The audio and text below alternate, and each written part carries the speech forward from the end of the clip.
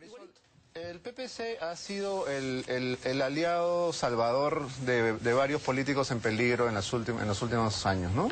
El aliado salvador de Susana Villarán a la hora de la revocatoria, el aliado salvador del gabinete cuando ha hecho falta, pero ahora parece que están un poco con sangre en el ojo porque no les ligó la presidencia con Bedoya. Obviamente van a votar en contra. No es esa la lectura, Beto. ¿Por qué postulamos a la mesa directiva? Tendría que ser la primera pregunta. O sea, ¿por qué presentas una candidatura a mesa directiva de oposición cuando has acompañado, en todo caso, durante 3 años una gestión, sin que eso signifique, por supuesto, avalar todo lo que sea hecho? ¿Tú admites que el PPC ha sido eso, acompañante, Sí, digamos? yo creo que el PPC ha ¿Garante? actuado en función... No, garante nunca. Yo creo que actúa en función de lo que creía correcto. Nosotros tenemos una posición de centro en la que entendíamos que había que hacer una oposición responsable. No es una conducta con este gobierno, es una conducta, y lo podrá decir Mauricio, que nosotros sostenemos en el tiempo. Es nuestra manera de hacer política. Nosotros tenemos una oposición y esa oposición responsable supone que apoyemos aquellas cosas en las que creemos. Pero todo tiene límites. Y creo que el límite ha llegado, lamentablemente, con Ana Jara, que yo le reconozco que este esfuerzo de diálogo es importante, pero no es suficiente para revertir lo que 3 años de una mala gestión pone en evidencia. ¿El límite llegó en qué momento exactamente? Yo creo que ya desde el voto de esperanza planteado a Villanueva, que fue más un voto de un discurso, y el refrescar la política, mira cómo terminó, y este voto Cornejo, que fue, bueno, a ver, deslinda, con la señora Nadine Heredia, finalmente deslindó, se comenzó a ver que no teníamos capacidad como Congreso de la República, no porque no quisiéramos hacerlo, de hacer control político. O sea, finalmente la investidura, la censura, terminan siendo medidas, formas directas de hacer control político sin necesidad de pasar por el filtro ni del presidente del Congreso ni del presidente de la Comisión de Constitución. Y entonces podemos a través de esto manifestar nuestra posición, y nuestra posición es muy clara. No estamos de acuerdo con la forma como se ha estado llevando a cabo el gobierno. Lo grave no es el cambio de ministros, es el cambio de timón constante. No tenemos claro hacia dónde vamos. Eso, por supuesto, afecta a la economía. Es la inseguridad respecto de lo que va a pasar mañana lo que genera los efectos nefastos para el crecimiento de nuestro país. Todas estas medidas de reactivación económica en realidad no son más que el reconocimiento de la propia incapacidad. O sea, terminan echando la culpa a la ley de consulta previa, terminan echándole la culpa a procesos de protección medioambientales, cuando en realidad la incapacidad es de generar los sistemas para que el Estado no se convierta en un estorbo. O sea, terminas poniendo a todos los que quieren hacer inversión en el país en una situación en la que te dicen, mira, no me ayudes, pero no me fastidies. Y eso no es generar inversión, y si no hay inversión, Beto, y no hay trabajo, la forma justa de distribuir riqueza en realidad no existe, y lo que hace es asistencialismo, populismo, y condenar a los peruanos y peruanas en condición de pobreza es tirar la mano. Entonces yo comencé preguntando si esta vez el PPC votaría en contra, me dijiste no. ¿No votarán en contra? No vamos a votar en contra, no tenemos un voto decidido, sí tenemos una posición grupal. La posición es que difícilmente vamos a dar la confianza. Yo te adelanto la mía, yo no voy a dar la confianza. Esto es un voto político, finalmente se toma una decisión. Si me preguntas si siento que Ana puede en su discurso hacer algo distinto a la política general del gobierno, no puede, porque ella no es presidente de la República. Ella lo que tiene que hacer es, ¿cuál es la política general del gobierno? Lo he escuchado el 28 de julio y no me ha convencido. Entonces, ¿qué puede haber de distinto? Podría haber de distinto en cuáles son las medidas que necesita implementar. Las medidas las conocemos todos y no las han implementado en 3 años. Tienes presupuestos asignados y un crecimiento presupuestal en educación que felicito, y tienes incapacidad de gasto. ¿Cómo lo corriges? Lo corriges con APPs, lo corriges con obras por impuestos, lo corriges con sistemas de exoneración en algunos supuestos, y ellos lamentablemente lo que han utilizado es algunos sistemas de exoneración para perseguir opositores políticos. Marisol, ¿cuáles serían las consecuencias, para que el público entienda, de una negativa a la confianza hoy? ¿Qué dice la Constitución? ¿Por qué necesita un primer ministro y su gabinete recibir esta especie de bendición del Congreso? ¿Y qué ocurre cuando esta no se da? Históricamente la Constitución peruana no ha tenido, digamos, desde los orígenes, la figura de la investidura, el voto de confianza, que son primos hermanos, pero en el caso peruano el artículo 130 los confunde. Nosotros creo que esa es la segunda mitad del siglo XIX que empezamos a incorporarlo en la Constitución, y es un respeto de una Cámara a otra, y la forma como el legislativo le dice, sí confío en lo que estás haciendo. Pero nosotros no confiamos. El rol de la oposición es, en todo caso, decirle a la ciudadanía, esto se está haciendo, esto no se está haciendo. Es un tema de responsabilidad, no es un tema de socavar el gobierno. Las personas dicen, bueno, vamos, miran lo que nos hemos convertido como país. Teníamos tanto miedo de la gran transformación que en cuanto Ollanta Humala gana las elecciones por una serie de demandas insatisfechas nacionales y un problema de distribución de riqueza con una geografía tan complicada como la nuestra, claro, se combate la pobreza en una zona urbana inicialmente, pero queda lo más complicado. Entonces, frente a todo eso, la ciudadanía lo que dice es, pero no está haciéndolo tan mal, déjalo continuar. Oye, no está haciéndolo tan mal, 0.3% es recesión. Claro, no puedes analizar solo junio. Si analizas todo el año, la cosa no está tan mal, pero ¿cómo vamos a terminar? O sea, el Perú, cuando nosotros presentamos el plan de gobierno con PPK, era ahora o nunca. Era ahora o nunca, como fue en su momento la Anchoveta, como fue en su momento el Guanos. Épocas en las cuales el país necesitaba coger ese impulso y despegar. Un impulso que no era del gabinete o que no era solamente el gobierno aprista, era de los últimos 15 o 20 años de un trabajo serio en el cual los peruanos habíamos logrado un crecimiento sostenido. Creo que era mucho más difícil llegar a la situación en la que estamos ahora que mantener lo que se había hecho con anterioridad. Con esa lógica, si no cambias quien tome esas decisiones que es el ministro de Economía. Si no cambias, haces una política contracíclica tarde. No eres capaz de asumir tus errores ni de decirle al país las cosas no se están haciendo bien. Estás con bombos y platillos en materia de seguridad ciudadana. ¿Cuánto va a durar? Estamos tan desesperados por tener esperanza. ¿Cuánto va a durar? ¿Tú crees que es responsable, en aras de mantener la tranquilidad, volver a darle confianza a un gabinete y no decirle en nuestro rol de oposición, no estoy de acuerdo con lo que estás haciendo? ¿Qué hubiera pasado si Bedoya fuera el presidente del Congreso ahora? ¿Qué habría cambiado? Bueno, muchas cosas, ¿no? Primero, que podríamos hacer control político, que hoy nos es negado. Yo he sido miembro de la Comisión de Constitución durante 2 años. No había forma de que consiguiéramos que se discutieran los decretos de urgencia. ¿Por qué necesitas ver la constitucionalidad de un decreto de urgencia? Para ver si es necesario o no es necesario.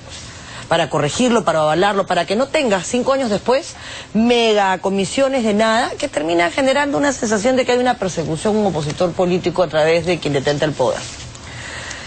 Comisión de Constitución. Todas las interpelaciones que se han presentado han hecho que los presidentes de Congreso lo que hagan es ni siquiera cerrar las sesiones, sino patearlo hasta que la coyuntura hacía un poco absurda la interpelación. Por ejemplo, se interpela a la ministra de Salud por 100 días de huelga y el tema se vota dentro de 4 meses cuando la huelga ya se suspendió. ¿Para qué interpelas a un ministro?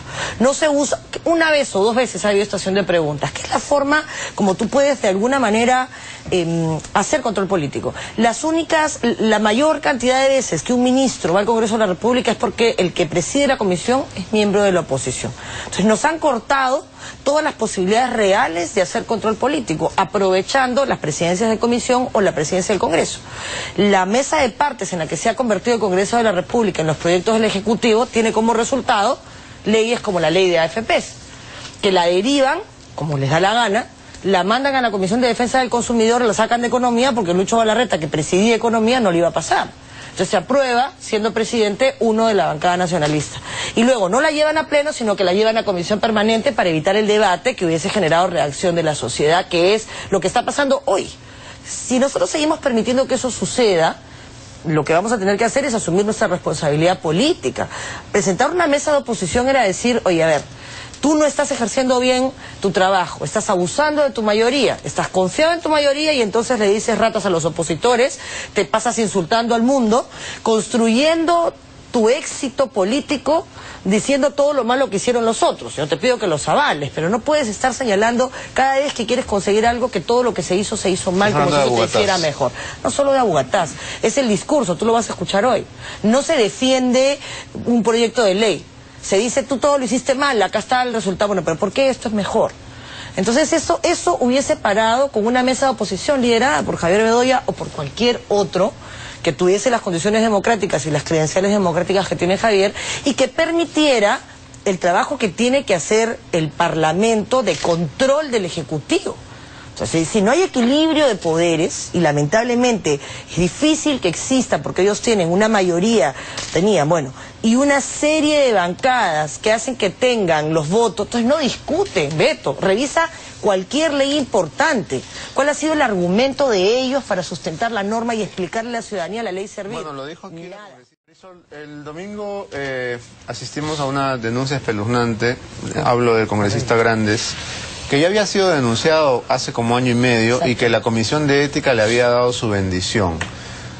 ¿Por qué hacen falta tantas pruebas, tantos videos para que finalmente el Congreso tome en cuenta un caso de la gravedad de Grandes? Porque no es una primicia, ya ustedes y nosotros sabíamos que esto estaba ocurriendo. Lo sabía todo el mundo. Era un secreto a voces, de hecho lo es, ¿no? Fue presidente de la Comisión de Pueblos Indígenas y era en realidad bastante difícil. Yo trabajo además en Iquitos, trabajo en la zona nororiental, era muy complicado. Una vez estuve en Santa Mónica y una presa me dijo, ¿usted sabe por qué estoy acá? Por lo mismo que el congresista. ¿Sabes lo que es enfrentarte con eso todo el tiempo? Hay un daño institucional que es irremediable. Pero fuera del daño institucional, no puedes aceptar que en un país en el cual la trata de personas, porque esto no solamente, pues ahí le dicen proselitismo, pero esto es trata de personas, acá habían niñas, o sea, hay explotación sexual en uno de los niveles más deplorables que existen, en Loreto, que es una tierra de turismo sexual infantil. Pero cuando los congresistas cometen delitos, van a ética, pues, ¿no? Es como mandarlos contra la pared un ratito, pero ahí a que reflexionen. Pero ahí hay un problema, Beto, y en eso yo tengo que coincidir, en realidad, con los partidos tradicionales en nuestro país. Hay un problema institucional. Mientras nosotros continuemos con este voto preferencial, que es nefasto para la democracia, nefasto. Y mientras quienes tienen que decidir un cambio en la reforma política sean hijos del voto preferencial y sean hijos de este sistema, es muy difícil. Es decir, cómo los congresistas elegidos por el voto preferencial van a eliminar el voto preferencial es bastante difícil. Hemos tenido 3 años discutiendo la reforma electoral y no se ha avanzado en la comisión que preside Gana Perú. Evidentemente tampoco ha tenido mucha voluntad. Si no limitas voto preferencial, si no vuelves a una bicameralidad, que no tiene por qué costarle más plata al Estado peruano, de lo que se trata es de organizarnos. Si tú tienes a 130 personas en las cuales en cada debate un señor pide su puente, otro señor pide su pista, que no está mal, necesitamos representantes regionales, pero también necesitamos una mirada de país, porque si no cada quien defiende solamente su espacio y ¿quién hace para compensar el crecimiento de una región versus la pobreza extrema en otra? Entonces creo que un Senado reflexivo, que tenga una mirada de país, que sea además funcional, que pueda tener expertos en distintos temas, donde puedas representar agendas, no ideas, no una ideología de partido que es necesaria o una doctrina, sino agendas particulares de poblaciones vulnerables, yo creo que es importante. Pueden ser 100 en un lado y 30 en el otro. Lo que tú no puedes tener es un Congreso de la República que está desprestigiado, que hay que defender como institución, hay que sindicar a los que hay que sacar, hay que limpiar la casa, pero la institución, el Parlamento hay que defenderlo porque es un pilar de la democracia. Se van a quedar bien solos si realmente haces limpieza, ¿no? Bueno, pero es que es chamba de los partidos. Primero hay que corregir esa ley, porque la ley te genera una distorsión que tenemos las consecuencias que tenemos. O sea, esto ha sido, poco a poco tenemos una calidad menor en los parlamentos, pero en realidad es culpa de todos, y todos hay que asumir parte de nuestra responsabilidad y una legislación que no nos ayuda. El problema ahora, Marisol, los congresistas suelen quejarse de que la prensa no contribuye a mejorar la imagen del Congreso. Sin embargo, la semana pasada hemos visto la foto de viaje, la foto lúdica, traviesa, del expresidente del Congreso y su asesora en sendo chape con lengua, ¿no? Eso tampoco contribuye mucho, pues, ¿no? Absolutamente. Pero dice, digamos, es mi vida privada, eres el presidente del Congreso. Yo no me voy a pronunciar sobre la foto. Yo creo que la explicación simplemente que hay que dar es si esos viajes que fueron financiados por el Congreso tuvieron un impacto para el Estado o no lo tuvieron. Yo he viajado, como era presidente de Justicia en esa época, hasta en 3 oportunidades y por justicia tengo que decir que sí vi trabajar y mucho a la señorita. Estuve en Trujillo, estuve en Iquitos, en Loreto. La señorita Robinson. Y estuve en Ayacucho. Pero bueno, creo que hay que hacerlo. Nadie pone en duda su capacidad de trabajo. En cada uno de los viajes. Y el otro tema es un tema de su vida personal, pero que evidentemente tiene un impacto en la sociedad que ellos tienen que asumir y explicar.